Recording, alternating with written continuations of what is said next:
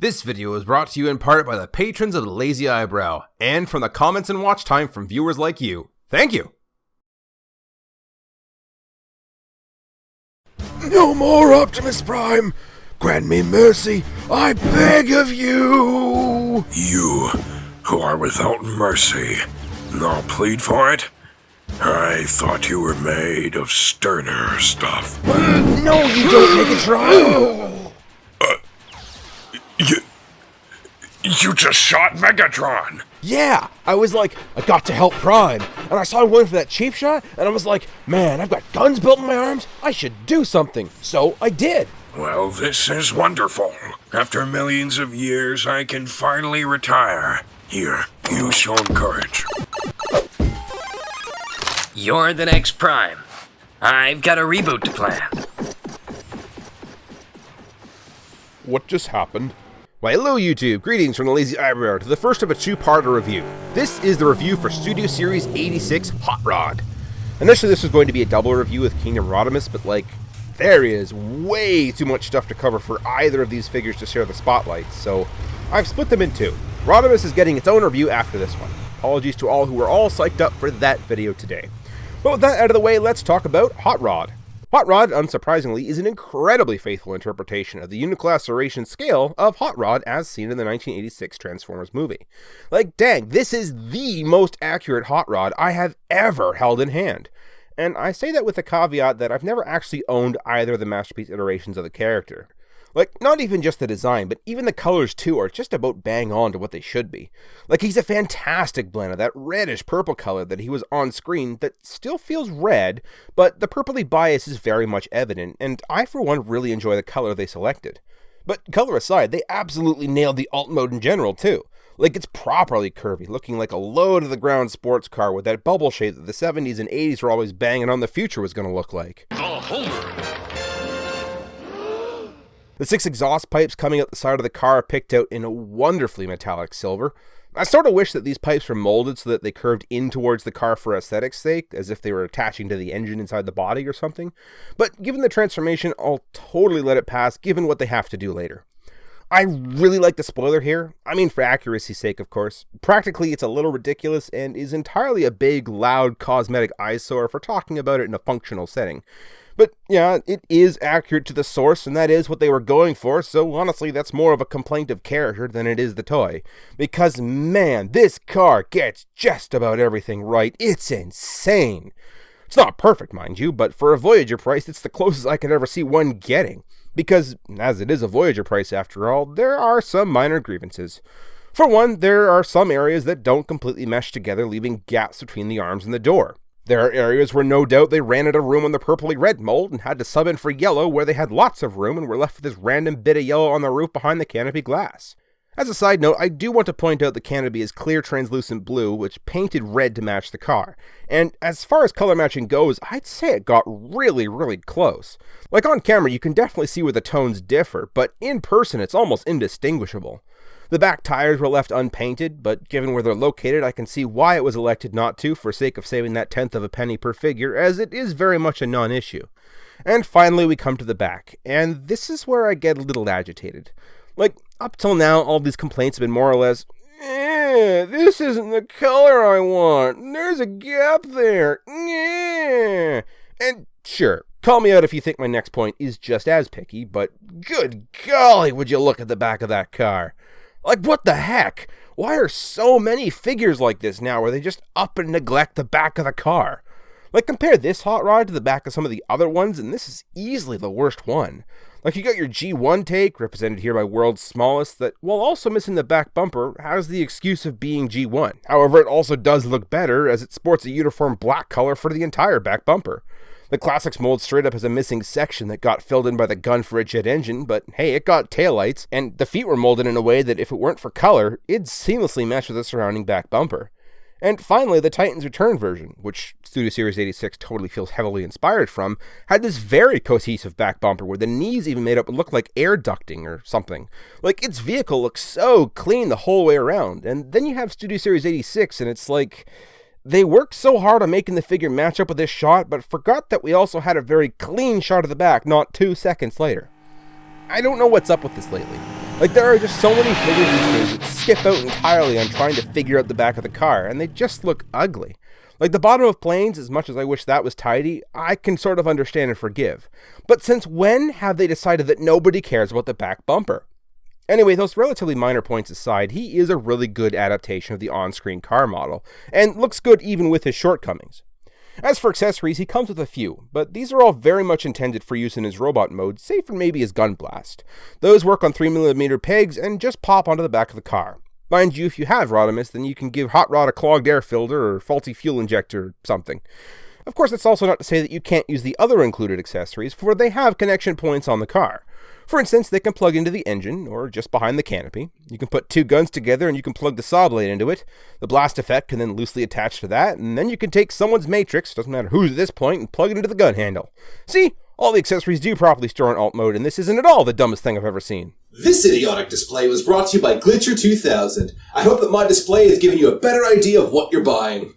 For size comparison, here's Studio Series 86 Cup, Studio Series 86 Blur, Takara Legends RC, Earthrise Lifeline, Siege Garbage Scow, Core Magnus and Combiner Wars trailer, Springer in his car, Springer in his helicopter, Studio Series Wreck-Gar, and finally, every Hot Rod related vehicle I own.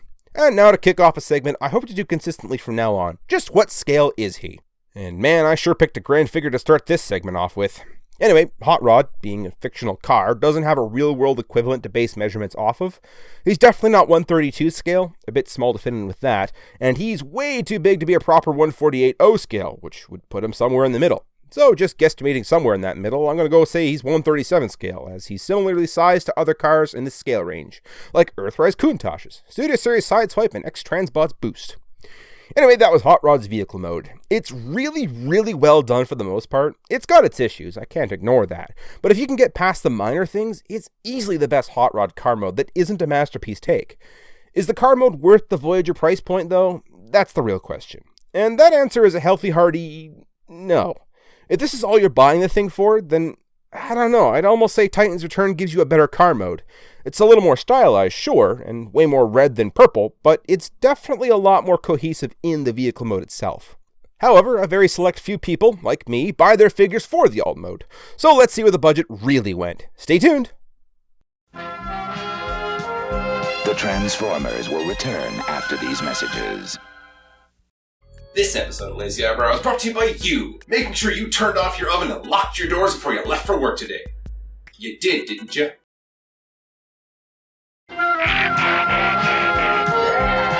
We now return to the Transformers. So to transform Hot Rod, start by opening up the hood, then flipping in the rest of the headlights. Next, unclip and move up the arms. On the back, untab the spoiler from the back of the car and move it up and then rotate it around. Spread the legs and open up the fenders, then unfold the legs.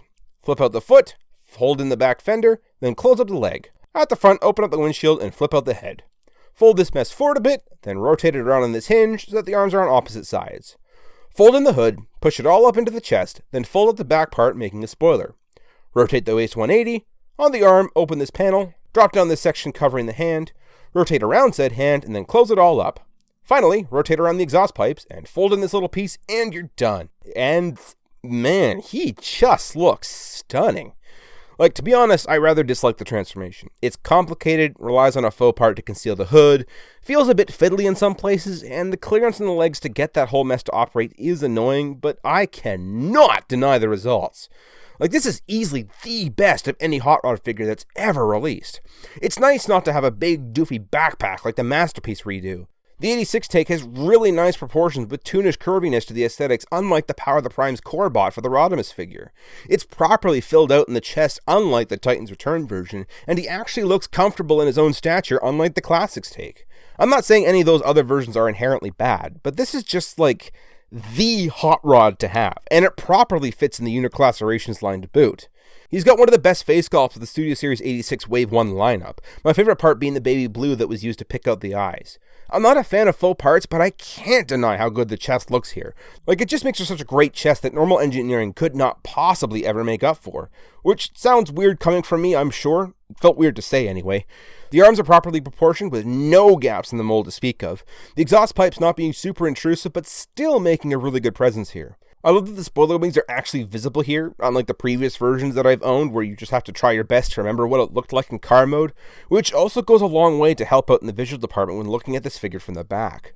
The legs are the proper color this time, with all the red parts of the car folded up and tucked inside the leg, with the thighs as two separate pieces to make sure that there aren't any gaps in the mold. I get at the back of the legs it's still red, but from looking at this from the front, it is the proper gray color. Like all things considered, while I don't like the journey we had to take to get here, and as a side note, I don't like the random yellow joints either, this is very easily the best hot rod that has ever hot rodded in the history of hot rod, and it's just so nice to see the character done justice in plastic, especially in a line that for the most part is far more accessible to get into, provided you aren't dealing with a supply chain shortage. And that doesn't even talk about all the stuff he does come with, as yes, he does indeed come with an entourage of clutter. This includes his saw blade, 2 blue fire blasts, his twin rifles, a matrix effect, and finally a matrix. And somehow this isn't even all of it, as some of the accessories are straight up built in. First off, opening up that head shows off the little piece of clear plastic that comes down and replicates the scene where he said "Go Go Gadget binoculars" and sneaky peeky spied the Decepticons coming in on the Trojan shuttle to take out Autobot City. But when he's not doing that, he's just wearing them in general as a new cool kid at school. Anyway, speaking of the visor scene, that segues into his exhaust pipes, doubling as built-in arm cannons as seen in the same scene of which the fire blast plug very easily into. I don't know why they're blue, they should be yellow if we're going to emulate the scene perfectly, but blue does look pretty cool regardless. Mind you, if that firepower isn't enough, he also has the twin cannons as seen in the movie as well, with 3mm compatibility on the end for whatever blast effect you have lying around to plug into it. But let's say firepower isn't what gets you up in the morning. Well, say no more, as opening up the arm transformation and swiveling away that hand gives us access to a welding attachment. Perfect for teaming up with a buddy and reconfiguring an old-timer's limb configuration while he takes a turbo nap. That transformation on the hand, mind you, can be applied to the other hand, which reveals a 5mm peg. This isn't for welding, mind you, in fact it's quite the opposite. A saw blade attaches here to recreate the scene where the old-timer was strung up by robo-tentacles and Hot Rod had to fight off the Kraken before having to reassemble Cup. I think this is cool to have it all. But I feel like I would have liked it better if it were an actual saw blade with teeth versus what's essentially a giant bolt-on pizza cutter. Dinner's ready. As a fun side note, given the arm attachment is a 5mm peg, you can absolutely take Cup's arm and plug it into Hot Rod and just smack the ever-living spark out of the elderly. Finally, he comes with one last accessory. This is the same matrix as seen on Optimus as it was on Galvatron as it's seen here. And thanks to the engineering of opening fingers, you too get to recreate the scene where Hot Rod received fabulous powers. But what if that's not good enough for you? What if after dealing with 8 detachable and built-in accessories, you're still craving more? Well, grab yourself this fishing rod design I made and get yourself a whopper with your good buddy Daniel. Or troll Swindle with $1 on the end of your fishing line. Really anything's possible with the power of aquatic hunting equipment. As for articulation, however, his head is on a ball joint for a full look around and a bit of tilt with a separate hinge for extra up and down movement. The shoulder would rotate 360 if it weren't for the spoiler getting in the way. However, given that Hot Rod seems to very closely replicate human articulated limits, I'm not terribly chuffed about that. What I am chuffed about, however, is these dumb shoulder joints, and for 2 reasons. First off, and most importantly, the joint is located inside the chest instead of inside the shoulder. I get with front wheel placement it probably couldn't have been helped. However, it doesn't change the fact that the posability of the shoulders for any direction that isn't forward and backward looks super wonky. And to add to that, you can't splay the arms like he's going for a hug if the arms are pointing forward.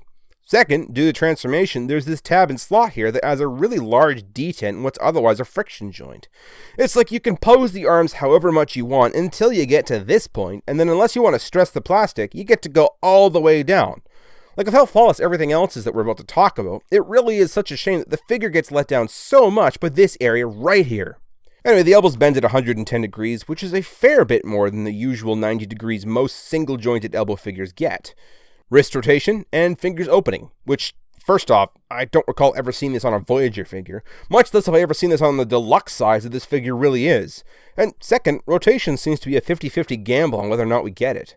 Honestly, the range on these arms once you get past the shoulder is so dang cool. Like the fingers open in such a way that you can extend this hand as if to say, "Come with me if you want to not die," or taunt Galvatron into approaching him. Waist rotates the full 360. 3mm display port is easily accessible from the back, making for easy access to any kind of flying poses. They've employed my favorite type of hip joint, allowing him to retain his crotch plate design while standing, but still get a wide range of movement. I mean, there's not much backwards, but there's an intense amount of forwards, which, again, I mentioned how close Hot Rod seems to replicate human articulate limits, and this is another example right here. He also features a thigh swivel, the knees are double jointed, but even with a single joint he has such a dynamic range, and finally the ankle has forward, backward, and side pivot action. Like, for all intents, this is a deluxe figure with masterpiece level articulation, discounting the shoulders, of course. Like, it's very easy to see where the budget went on this figure, and it leads me to believe that someone at Takara really loves Hot Rod, because this is easily the most articulate and detailed deluxe figure I've ever had my hands on. Like, even accessories aside, I would have no issue spending the additional $10 every now and again for the class upgrade just to get this level of engineering on the occasion. Because despite being Voyager class, he is deluxe sized, as shown by the comparisons with other Studio Series 86 figures. For instance, Deluxe Cup, Deluxe Blur, Deluxe Jazz, Voyager Scourge, Leader Grimlock, Voyager Wreck-Gar, Deluxe Gnaw, Leader Starscream, Voyager Sweep, Leader Slag, Pack-In Wheelie, and Pack-In Spaniel. Other more topical comparisons include the likes of Siege Springer, Earthrise Lifeline, Takara Legends RC, Siege Magnus, Combiner Wars Magnus, Titans Return Wheelie, Unique Toy Sound Mixer, and finally Titans Return Perceptor. For other comparisons, here's Hot Rod 2007, Hot Rod 2016, and Hot Rod 2021. And finally, here's the comparison in robot mode of the other 137 scale vehicles and the scale 6-foot human. So that was Studio Series 86 Voyager Hot Rod. I know a lot of people had issue with having to spend extra on what was essentially a deluxe figure, but I also don't know how anybody can have this in hand and muck about with it and say, "Ugh, this is such an overpriced deluxe.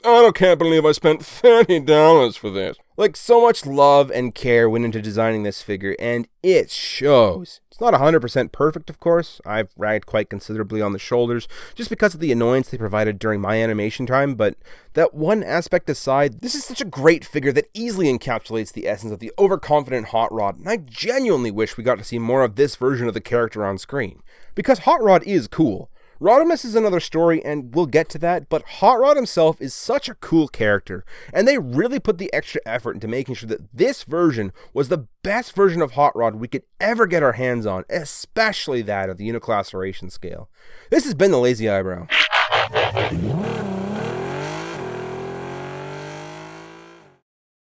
We made it through the review! That's amazing! I am sorry to the people that expected this guy to be also part of the review, as I did say it was going to be a tandem 2-pack review.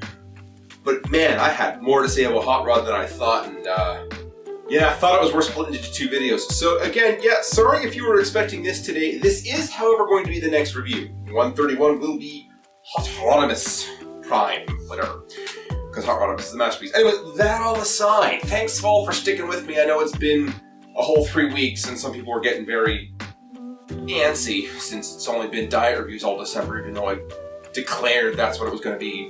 And then I made a whole bunch of bumpers, and people kept seeing the notification without it being a review. So again, sorry if that's been irritating you. Didn't mean for that. I'm just doing what I'm doing. So yeah, Rodimus is going to be the next review. There will be a diet review in there, and it's looking like Magnus is going to be it. But if it's RC, then it's RC. We'll see. I got a polar on it right now. But yeah, thank you all for watching. We'll see you in the next review where we review one of those 2, and then we're getting on to Rodimus. Oh yeah!